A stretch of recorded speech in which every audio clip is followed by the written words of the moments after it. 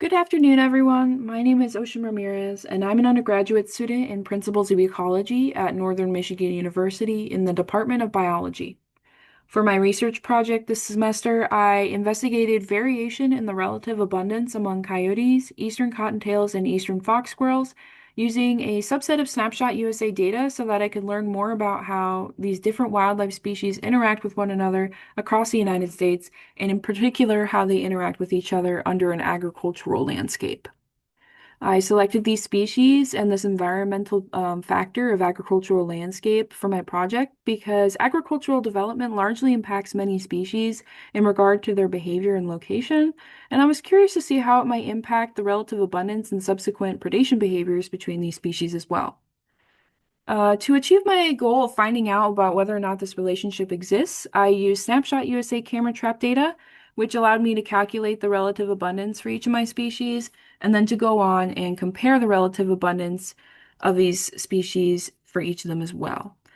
Then for the data analysis, I calculated the number of detections for 100 trap nights for each of my species at Snapshot USA sites throughout the Midwest that were collecting data for the Snapshot USA project. I then used a t-test to determine whether each of my species experienced changes in their relative abundance over the course of the years that the cameras were collecting data.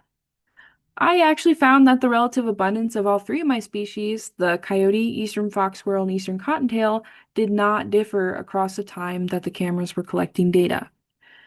So then, based on my results, my hypothesis that the relative abundance of each of my species would be impacted by the differences in agricultural landscape abundance was not supported.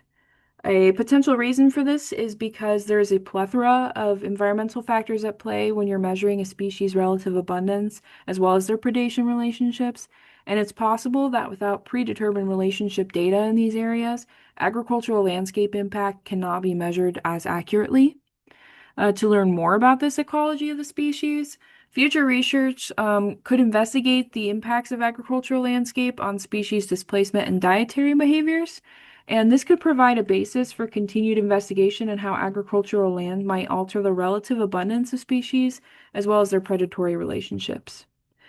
And to close this off, I wanted to thank the Snapshot USA team for allowing me to have access to this data to use for my research, as well as Ren Rooney, who is my Principles of Ecology TA, as she helped me bring this project to fruition.